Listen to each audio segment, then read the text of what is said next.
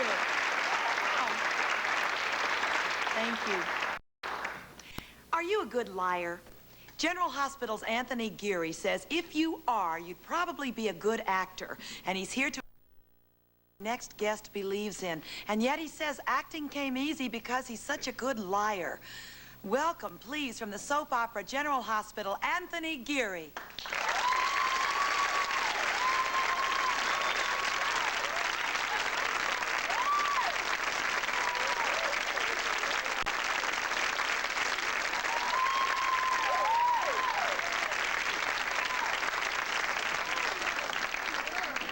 Anthony, when did you first decide that there might be a connection between lying and acting?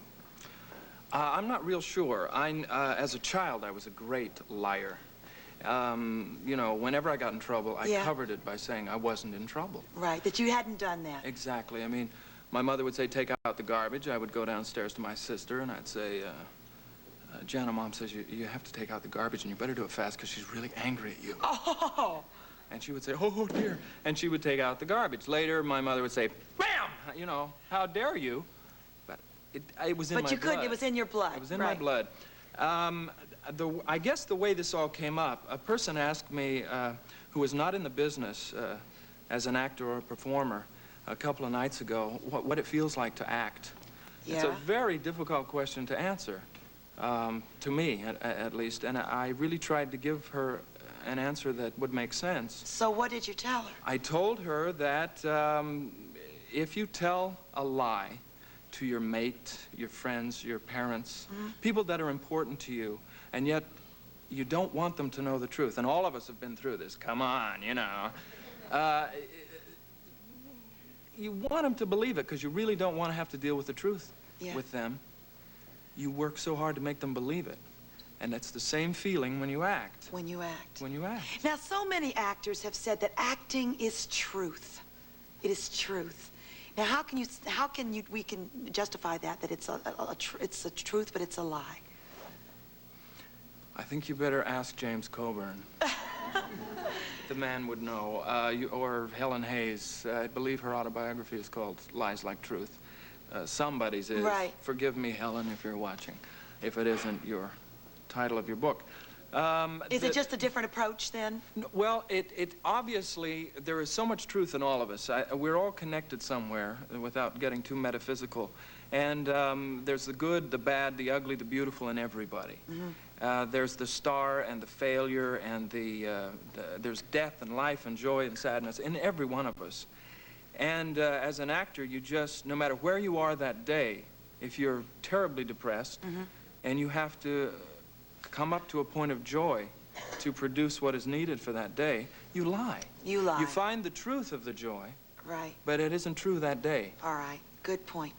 Now, does this lying ever enter into your everyday life? I mean, do you ever find yourself sort of playing games with people in everyday life just for the fun of it? Me? Yeah. Occasionally. Yeah. Might you do that right here with me? No, I don't know you that well. You'd have to know somebody well to play games with him? No, I don't know. No, I'm not playing with you now. Yeah, I know. I don't think. But then check me in about 10 minutes. Okay, I will. Sure. It does sometimes. I'm a terrific game player. And I like the challenge of someone else who is a terrific game player. Oh, really? Okay. Oh, yes. Oh, yes. And I'm mercurial. I love to change. I like the feeling of change.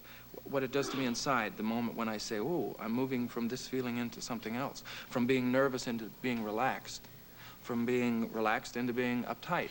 Okay, now how do other people relate to you that, I mean, do they ever feel that maybe they can't trust you because they don't know what is really you? Or are you able to let people see, this is the real Toni, and this is the game player? If they're very important to me. If they're very important. If they're very important to me. And there are not many people who are very, very important to me. I do my best to let them know, because I do spend, as an actor, so much of my time, and I've worked as an actor professionally for 14 years, which is almost half my life. And before that, like I said, lying. I've come to a point now where I really like to tell the truth to the people I trust. Right.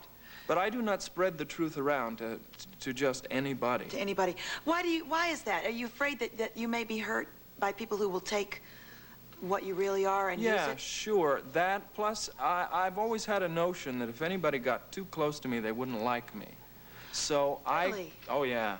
Now, it's been proven wrong. But I should think so. It's still in there, you know. What would you think that there was about you not to like?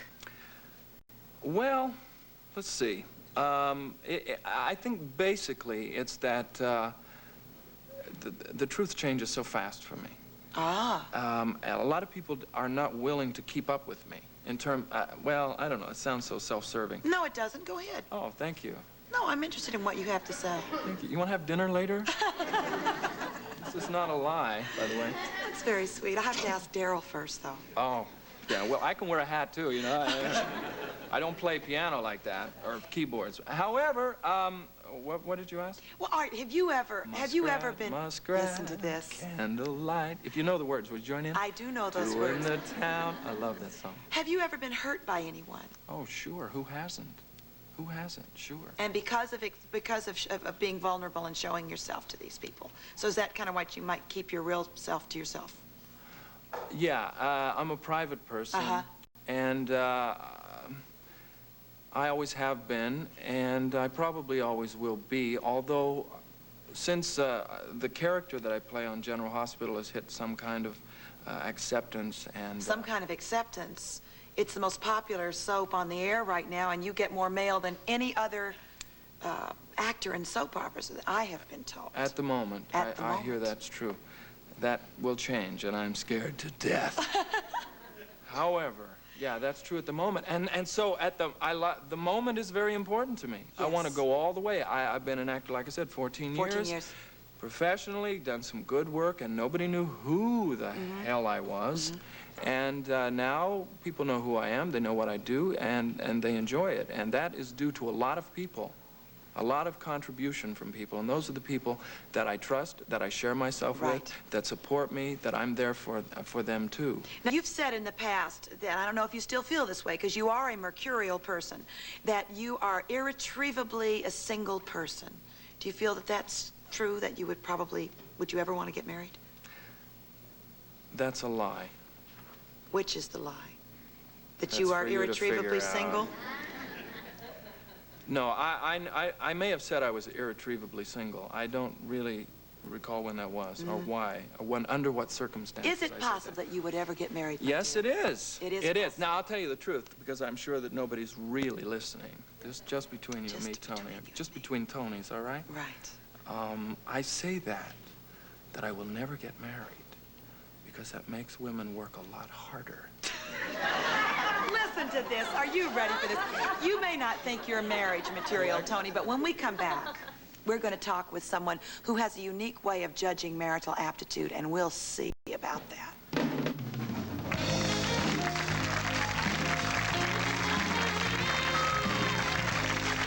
I'm here with Anthony Geary, and joining us is humorist Reuben Carson, contributor to Cosmopolitan magazine, the author of the National Love, Sex, and Marriage Test.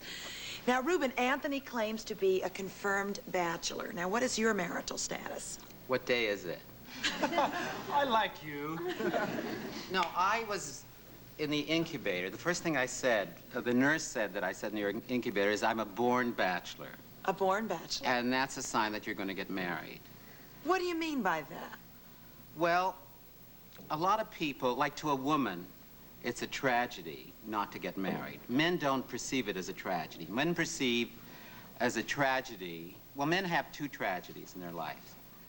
The first time they can't do it twice, and the second time that they can't do it what? However,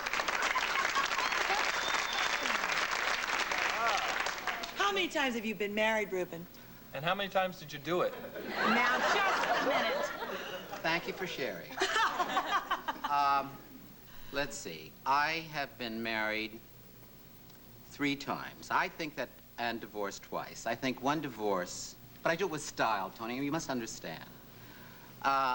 One divorce stamps you as a tragic figure. 2 divorces give you a certain sense of style. 3, you're really rolling. Why did you propose to all these women? Well, there's always kind of a calm descending on a particular dinner where the woman asks, where do I stand in your life? What? And then you don't know what to do. You can't order again. But actually, the reason I got married so much is I love to be congratulated. And you know, also, when you go up to someone, I don't know, you'll do this sometime, Anthony. When you go up and tell someone that I'm getting married, they feel so relieved. It's like watching an accident on the freeway and being so thankful that you're not it. All right, now, in your opinion, Reuben, do people marry mainly for sex? Well, of course, I haven't done it that many times, so I wouldn't know. No, actually, people think they marry for sex, but there are many reasons. I have friends that married because they lost an election bet. Or there's these other friends because Hollywood Park was closed that day. I can't deal with this, man. I cannot deal with try. this. Okay. I know you've been hurt by people, but That's trust right. me. Reuben, don't hurt me. I'm not sure we trust you, Reuben, but do you have any ways of determining a person's marriageability? Well, Anthony's, for example. Yes, please. well, if you can breathe, of course. But I think my test of marriageability no, actually, it's not. Anyone can get married, of course. Yes. Unfortunately. But let me ask you this, Anthony. Yes, please. Have you ever toasted an onion bagel? No. If you take, if you toast an onion bagel, cut it in half, and give the onion part to your loved one, Yes. then you'll have a good marriage. And for a woman, the test is when you wash a man's socks and don't roll it up into computerized little balls. That's a very bad sign. That's a bad sign. And an even worse sign is when you do roll it up into little balls and some of those socks are not his. Those are my tests of marriage. Okay, what did you learn when you traveled around for the love, sex, and marriage test, doing interviews and things? Well, I do most of my interviews in Dupars in the valley. I consider that the crossroads of the marital world. And There's a lot of toasting of bagels there. no, they're Scotch guarded there. Oh, really? No, but they go, you know, bagel. Well, whatever you said. Yeah. Anyway, I learned that the first crisis in marriage is when the first time somebody refuses sex. That's your first hurdle. I have a headache tonight. Those headaches. The headaches. The headaches were invented in Encino, of course.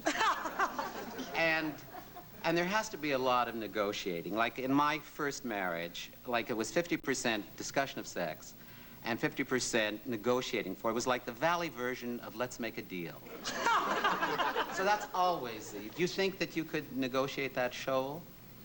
Probably if I had 3 doors to choose from. What's behind door number 3? And, you know, I could Well, probably We're negotiate talking about that. marriage. There's Yes, only not supposed dating to be. game. Yes, There's it's only not the one? dating game. Oh. One person we're talking about. Okay, then how do I negotiate? What was the question? Who is this man? I was afraid of that.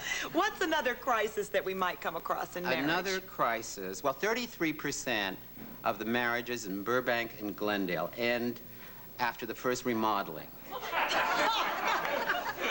That I've heard. Remodeling of Yeah. your home? That's right, because you know the lath and plasters are there.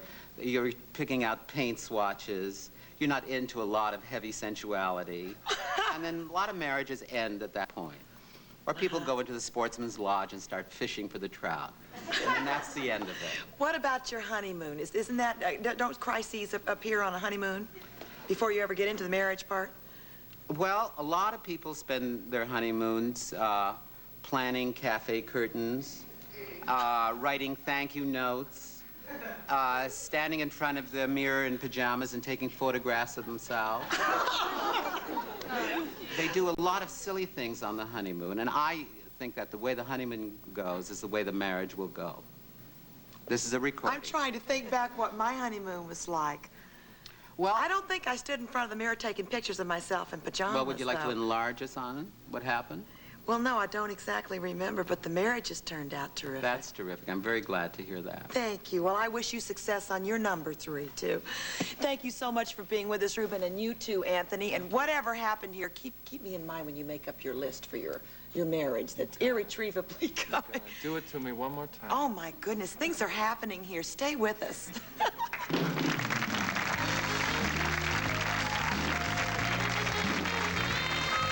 In the next half hour, Toni talks one-on-one with James Coburn. A child stealer takes the hot seat, and Toni in concert.